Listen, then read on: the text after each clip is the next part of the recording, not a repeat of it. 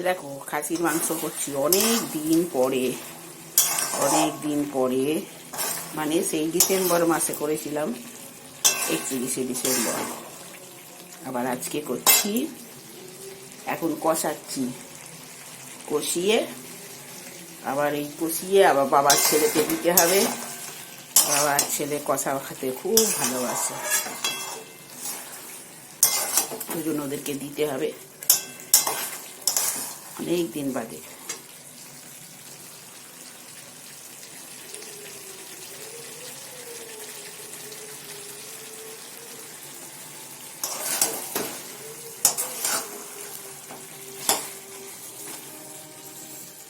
আহা কি গন্ধ ছেড়েছে রে। হোক,